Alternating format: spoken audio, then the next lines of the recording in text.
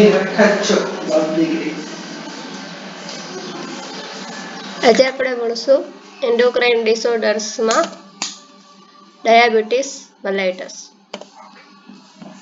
The diabetes mellitus શું છે?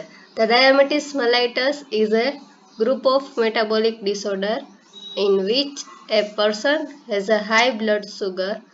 Means કે ડાયાબિટીસ મેલાઇટસ શું છે તો કે કોઈ એક ડિસઓર્ડર નથી, પણ એમાં શું થશે, મેટાબોલિક ડિસઓર્ડર છે. એની અંદર શું થશે, પર્સન છે એમાં હાઈ બ્લડ સુગર થશે, મતલબ બ્લડ છે એમાં સુગરનું જે લેવલ છે એ ઇન્ક્રીઝ થશે, બરાબર.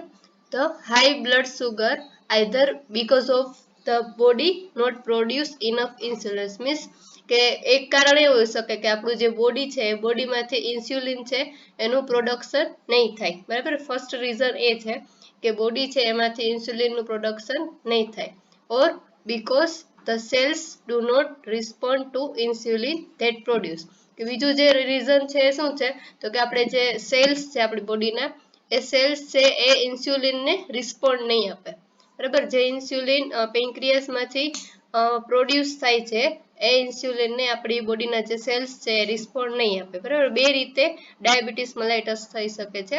ફર્સ્ટ રીઝન શું છે તો કે જે આપણી બોડીમાંથી જે પેન્ક્રિયાસમાંથી ઇન્સ્યુલિન પ્રોડ્યુસ થાય છે એ ઇન્સ્યુલિન પ્રોડ્યુસ નહીં થાય.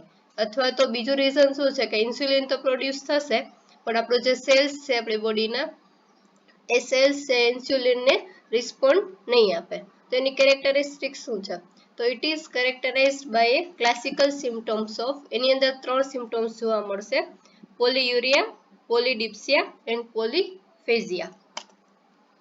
તો એનું ક્લાસિફિકેશન ડાયાબિટીસ મેલાઇટસનું કે ડાયાબિટીસ મેલાઇટસ છે કયા કયા રીતે થાય છે. તો સૌથી પહેલું છે ટાઈપ 1. તો ટાઈપ 1 ડાયાબિટીસ મેલાઇટસ છે એ કોના માટે છે તો કે it is a insulin dependent diabetes mellitus. મતલબ કે આ જે ડાયાબિટીસ મેલાઇટસ છે એમાં શું હશે કે એનું બોડી છે એ ઇન્સ્યુલિન પ્રોડ્યુસ નહીં કરતો હોય. મતલબ કે જે પેશન્ટ છે જેને ટાઈપ 1 ડાયાબિટીસ મેલાઇટસ છે એને કમ્પલસરી ઇન્સ્યુલિનનું ઇન્જેક્શન આપવું જ પડશે, બરાબર. એની બોડીમાંથી ઇન્સ્યુલિન છે એ પ્રોડ્યુસ જ નહીં થાય. Than second type, type 2. તો ટાઈપ 2 ડાયાબિટીસ મેલાઇટસ એ શું છે તો કે it is known as a non insulin dependent diabetes mellitus. મતલબ કે આ જે ડાયાબિટીસ મેલાઇટસ છે એમાં જરૂરી નથી કે રોજે ઇન્જેક્શન આપવું જ પડે, બરાબર. નોન ઇન્સ્યુલિન ડિપેન્ડન્ટ ડાયાબિટીસ મેલાઇટસ છે કે એમાં સપોઝ કે આપણે કોઈ પણ ડાયટ થેરાપી લઈએ તો એના દ્વારા પણ ડાયાબિટીસ છે કંટ્રોલમાં રહી શકે છે, બરાબર. Than third type, it is associated with the other condition or other syndromes. મતલબ કે આપણી બોડીમાં જો બીજા કોઈ પણ ડિસઓર્ડર્સ હોય તો એના કોમ્પ્લિકેશનના લીધે પણ ડાયાબિટીસ થઈ શકે છે. અને ચોથો ટાઈપ, ટાઈપ 4 જસ્ટેશનલ ડાયાબિટીસ મેલાઇટસ કે જે આપણે ઓલરેડી ભણી ગયા છે કે જે આ ટાઈપ 4 જસ્ટેશનલ છે ક્યારે થશે તો કે જ્યારે પ્રેગ્નન્સી દરમિયાન ડાયાબિટીસ મેલાઇટસ થશે એને શું કહેવાશે, જસ્ટેશનલ ડાયાબિટીસ મેલાઇટસ. તો ફર્સ્ટ જોઈએ type 1 IDDM means insulin dependent diabetes mellitus.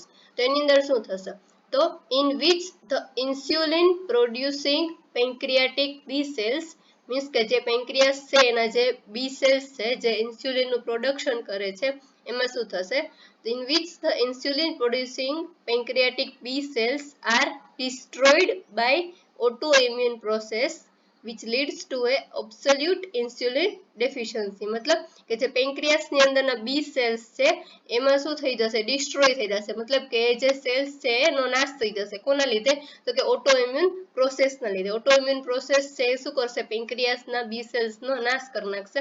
તો બી સેલ્સ છે એનો નાશ થઈ જશે તો બોડીમાંથી ઇન્સ્યુલિન છે એનું પ્રોડક્શન નહીં થાય. મતલબ શું થશે, ઇન્સ્યુલિનની deficiency. So as a result, the insulin injections are needed to control a blood glucose levels. મતલબ કે જો આ વસ્તુ થશે, ઇન્સ્યુલિન ડેફિશિયન્સી થઈ જશે તો શું જરૂરી છે તો કે ઇન્સ્યુલિનનું ઇન્જેક્શન જરૂરી છે બ્લડ ગ્લુકોઝનું લેવલ છે એને કંટ્રોલ કરવા માટે.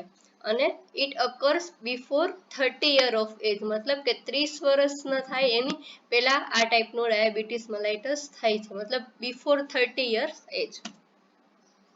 પછી ટાઈપ 2. તો ટાઈપ 2 માં શું કહેવાશે, NIDDM means non insulin dependent diabetes mellitus. તો એમાં શું આવશે तो કે it results from the decrease sensitivity to insulin, मतलब કે જે ઇન્સ્યુલિનની સેન્સિટિવિટી છે એ કેવી થઈ જશે, ડિક્રીઝ થઈ જશે. ઇન્સ્યુલિન રેઝિસ્ટન્સ मतलब કે ઇન્સ્યુલિન છે એ પ્રોડ્યુસ થશે આપણી બોડીમાં પણ એનો કઈ ઇફેક્ટ નહીં આવે, બરાબર. decrease sensitivity to insulin or from decrease amount of insulin production, मतलब કે ઇન્સ્યુલિનનું જે પ્રોડક્શન છે એ પણ ડિક્રીઝ થઈ ગયું હોય અથવા તો જે ઇન્સ્યુલિનની ઇફેક્ટ આપણી બોડીમાં થઈ છે એ ઇન્સ્યુલિનની ઇફેક્ટ કેવી થઈ ગઈ હશે, ડિક્રીઝ થઈ ગઈ હશે. તો આમાં શું હશે, it treated mainly with diet and exercise. કે આ ટાઈપ 2 છે એ કેવું છે તો કે એને આપણે ડાયટ અથવા એક્સરસાઇઝથી એને ટ્રીટ કરી શકીએ છીએ. then if elevated glucose level means suppose કે ક્યારેક કદાચ ગ્લુકોઝ લેવલ છે ઇન્ક્રીઝ થઈ જાય તો શું કરવાનું, if elevated glucose level that remains then some oral hypoglycemic agent or injections required, means કે જો ક્યારેક બ્લડ ગ્લુકોઝ લેવલ છે ઇન્ક્રીઝ થઈ ગયું હોય તો શું જરૂરી છે તો કે ઓરલ હાઇપોગ્લાયસેમિક એજન્ટ मतलब કે ઓરલ મેડિસિન અથવા તો ઇન્જેક્શન જરૂરી છે, બરાબર.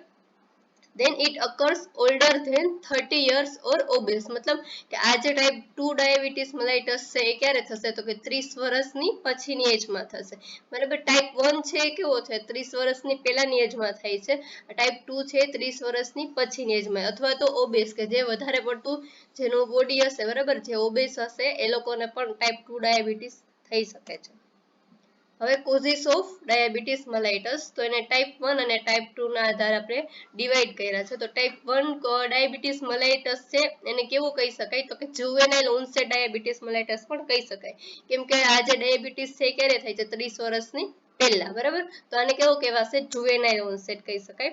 Than common in identical twin, मतलब કે જે ટ્વિન બેબી હશે એમાં આ ટાઈપનો ડિસઓર્ડર છે કોમન છે. Then environmental factors. then second છે cause of type 2, मतलब non insulin dependent diabetes mellitus છે એના causes શું છે તો એમાં શું આવશે તો કે adult onset DM, કે આ જે છે ક્યારે થાય છે, લેટ થાય છે 30 વર્ષ પછી થાય છે, તો આને કેવું કહી શકાય, adult onset DM કહી શકાય.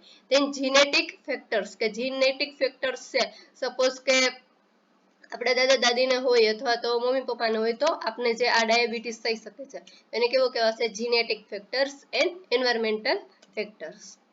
પછી અધર કોઝિસ, કે બીજા કોઈ પણ કોઝિસ છે કે જે ડાયાબિટીસમાં ઇફેક્ટ કરે છે તો એ કઈ આવશે, high fat and carbohydrate diet, કે જે લોકો વધારે પ્રમાણમાં ફેટ અને કાર્બોહાઈડ્રેટ વાળું ડાયટ લેતા હશે એ લોકોને ડાયાબિટીસ મેલાઇટસ થઈ શકે છે. ધેન હાઈ આલ્કોહોલ ઇન્ટેક, કે જે વધારે પ્રમાણમાં આલ્કોહોલનું ઇન્ટેક કરતા હશે તો એમાં કેવું થશે કે જે વધારે ને વધારે આલ્કોહોલ લેશે તો આલ્કોહોલ છે એ શું કરશે, આપણું જે પેન્ક્રિયાસ છે એને ડિસ્ટ્રોય કરી નાખશે, પેન્ક્રિયાસ છે ડેમેજ થઈ જશે તો એમાંથી ઇન્સ્યુલિનનું છે પ્રોડક્શન થશે નહીં થાય, તો એના લીધે શું થશે, ડાયાબિટીસ મેલાઇટસ થઈ શકે છે. Then sedentary lifestyle, sedentary lifestyle मतलब કેવી કે જે લોકો વધારે આરામવાળી જિંદગી જીવતા હોય, બરાબર, કે જે લોકો વધારે વર્ક ના કરતા હોય, વર્કલોડ ના હોય, ના એક્સરસાઇઝ કરતા હોય, ખાલી આરામની જે લાઇફસ્ટાઇલ હોય એ લોકોને પણ ડાયાબિટીસ થઈ શકે. then obesity or being a overweight, કે જે લોકોનો વેઇટ છે એની એજ કરતા વધારે પ્રમાણમાં વધારે હશે, બરાબર, વધારે ફેટી હશે, જે લોકો ઓબેસ હશે એ લોકોને ડીએમ થઈ શકે છે. then એજિંગ, કે એજ જેને વધારે એજ થઈ ગઈ હશે મીન્સ કે આપણા જે 30 years ઉપર જે લોકો થયા હશે એ લોકોને પણ ડીએમ થઈ શકે. then clinical manifestation, તો clinical manifestation છે એમાં 3 P's છે, there is a 3 P's. તો સૌથી પહેલું કયું છે, પોલીયુરિયા મીન્સ ફ્રીક્વન્ટ યુરિનેશન, કે જેનું જે યુરિન આઉટપુટ છે કેવું હશે, વધારે હશે, मतलब કેવું આવશે, frequent urination. then polydipsia means increase thirst, કે એ લોકોની જે એ લોકોને તરસ વધારે લાગશે.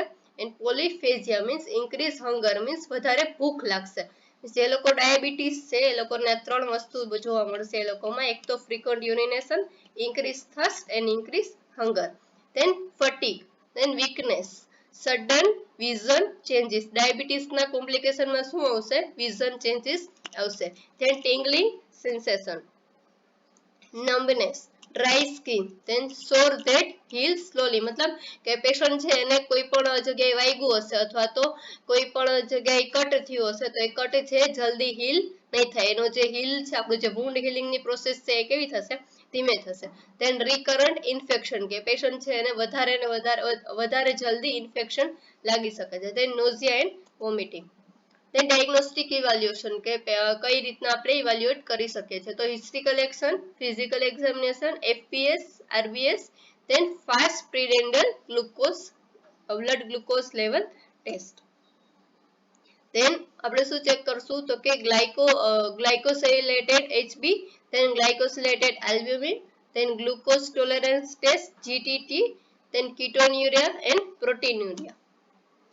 એના પછી મેનેજમેન્ટ તો મેનેજમેન્ટમાં શું આપશું સૌથી પહેલા તો ડીએમ છે બરાબર ઇન્સ્યુલિનનો જ પ્રોબ્લેમ છે તો સૌથી પહેલા શું આપશું ઇન્સ્યુલિન થેરાપી આપશું એ પણ કેવી હશે કાં તો ઇન્જેક્ટેડ આપશું અથવા તો ઓરલ આપશું જેના આઈડીડીએમ હશે એ લોકોને તો કમ્પલસરી ઇન્સ્યુલિન થેરાપી ઇન્જેક્ટેડ જ હશે બરાબર એના પછી શું કરશું આપણે એને એક્સરસાઇઝની આપણે શું આપશું એડવાઇસ આપશું કેમ કે એક્સરસાઇઝથી શું થશે એક્સરસાઇઝથી બોડીમાં છે સ્વેટનું પ્રમાણ છે વધશે તો સ્વેટનું વધશે તો એના લીધે જેટલું પણ એનું બોડીનું સુગર છે બારે નીકળી જશે then ડાયટરી મેનેજમેન્ટ કે પેશન્ટનું જે ડાયટ છે એનું આપણે એને સમજાવશું કે કયું ડાયટ લેવું ને કયું ના લેવું એના સિવાયનું બીજું મેનેજમેન્ટ છે શું છે સર્જિકલ મેનેજમેન્ટ તેમાં શું કરશું સૌથી પહેલા પેન્ક્રિયાસ ટ્રાન્સપ્લાન્ટેશન કે પેશન્ટ છે એને કોઈ હેલ્ધી પેન્ક્રિયાસ છે કોઈનું એનું આપણે ટ્રાન્સપ્લાન્ટેશન કરાવશું અથવા તો પેન્ક્રિયાસ એન્ડ કિડની ટ્રાન્સપ્લાન્ટેશન કે કોઈ જે છે કે જે લોકોની કિડની પર પણ અફેક્ટ થયું છે તેની પેન્ક્રિયાસ અને કિડની બંને ટ્રાન્સફર કરશું